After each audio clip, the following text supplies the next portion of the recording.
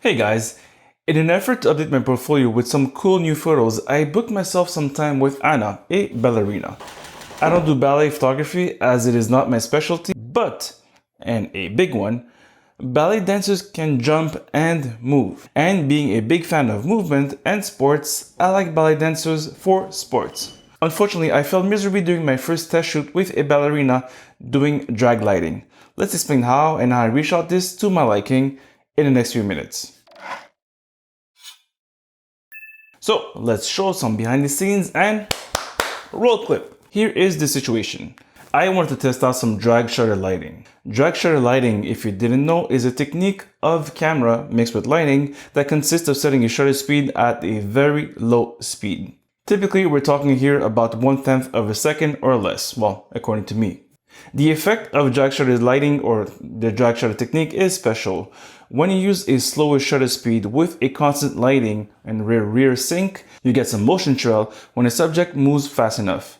Because the shutter takes so much time to complete to capture the photo, the camera has time to absorb the motion left by the lighting. Then the flash freezes the rest. So that brings me to the first time I tried this out in the studio. And if you pay real attention here, you can actually learn from my 5 mistakes. So here are the 5 mistakes I made during this drag shutter shoot. I had this concept in my head of a very contrasty image with movement. I envisioned a white outfit with some dark background. And the contrast here is important. If ever you try this technique, the contrast between the subject and the background is the key to visually max out or maximize the drag effect in camera.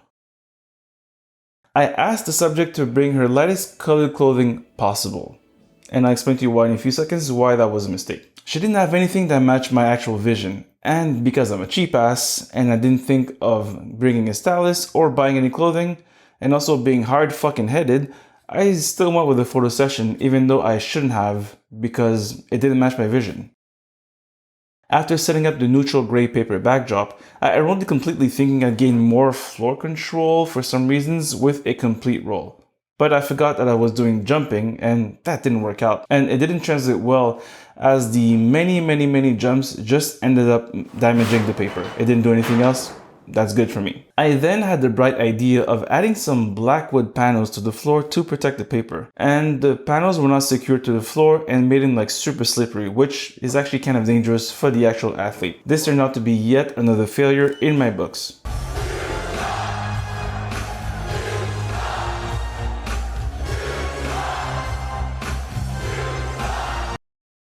Plus, at the end, I added a trampoline so it automatically cut the floor from any of the images I would actually share. All this energy wasted.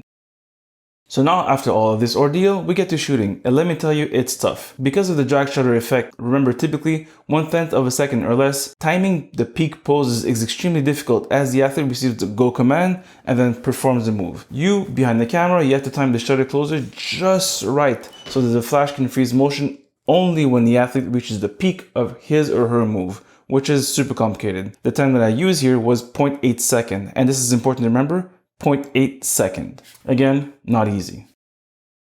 After a lot of trial and error, we got some shots. I used the 180 watt bicolor DNO LED lighting panel, that's a mouthful, in order to create as much constant light as possible.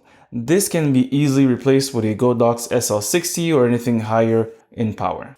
I also turn off the lights to my studio. This is because they are in different color temperature than the actual DNO lighting panel and can also impact the drag effect of your light. Then I set up two Godox 8400 Pros, and this actually turned out to be really great since I can get the exact same power level output of a similar model light, and that will prevent any difference in T.1 speeds. If ever you need more explanation about the difference in T.1 speeds, etc., I covered this in this video. So check it out if you want to learn more about T.1 speed and flash duration. The reason why you would need an LED light like the DNO panel or the Godox SL60 or higher is that you don't want to burn the batteries on the 8400 Pros by having the modeling light constantly on. If you have no need for the DNO LED panel, you can always get the AC400 from any store like Adorama or actually Strobe Pro. The AC400 will turn your battery powered AD400 Pro into a plugged-in strobe, which will actually help you rely less on batteries and just more on current.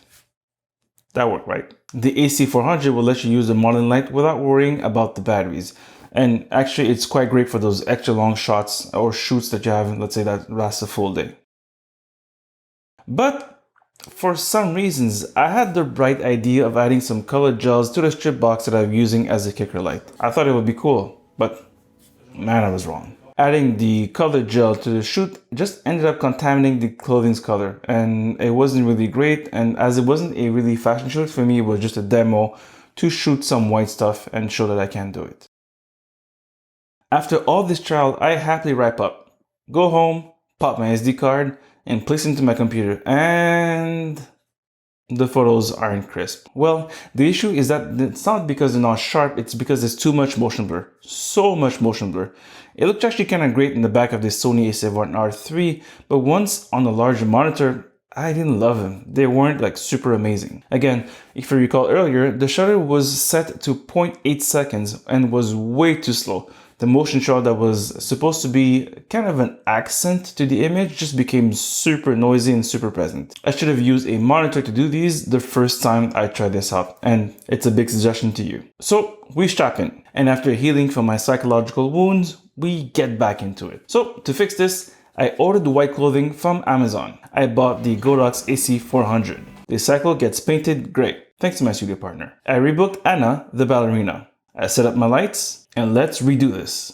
And here are the results. The lighting is similar to the previous attempt, as it was not the issue, but this time around I only let the shutter at 1/10 of a second. It made for my timing much easier, plus the motion trails were much more in control. If I want, I can either exaggerate them with some dodge and burn or some liquify afterwards. Also, no gels. Absolutely no gels. I was actually tempted to add red gel because I did it in the previous shoot and I wanted kind of a connection to my work, but I resisted the temptation and stuck with some clean white shots. Especially for white clothing, it just looked way better. We also took some other shots at higher shutter speed in order to have a little diversity in the book or actually for the shoot. After the movements shots, we did some standard portraits, which we've probably seen on Instagram. And if you don't follow me there, well, just follow me there for daily updates and also maybe a few memes, maybe. So I hope my failure in my drag shutters lightning shoots was actually useful to you. And can you do me a favor and press the like button right here? And if it was useful to you, can you also click subscribe? And also leave a comment or a question on drag lighting below, also to help feed the algorithm. All the lighting and camera equipment used in this video is listed below, so click any of the affiliate links in the description below to learn more about them. Again, I want to thank you for watching. This has been Yvens B, Montreal advertising and portrait photographer, wishing you happy shooting and good luck. Together, let's light the world. Cheers. I also wanted to take a quick second to talk to you more about drag shutter lighting. The technique is very simple, basically. After you're setting your shutter speed to be, let's say, 1/10 of a second or less, you have to also sync your camera into rear sync mode. This will help basically the effect be actually more magnified. So instead of the shutter closing on the first drag of the shutter, it'll close on the second drag of the shutter. And this will create some more motion trail, which you wouldn't have if ever you just use the regular sync mode on your camera. The way to change this in your camera varies from company to company, but only check your manuals. Let's say for Sony, it's quite simple. You simply go into your function and then change it to rear sync mode. Again, it should be the same for all cameras, Canon, Nikon, or Sony. It's really rear sync mode. One thing I also discovered during this shoot, if ever you use constant light and you try to mix in your shows with some constant light, just make sure that they are at the same color temperature, at least similar. The reason why is because let's say the warmer temperature item will actually contaminate the color. So let's say you have something that is way too warm.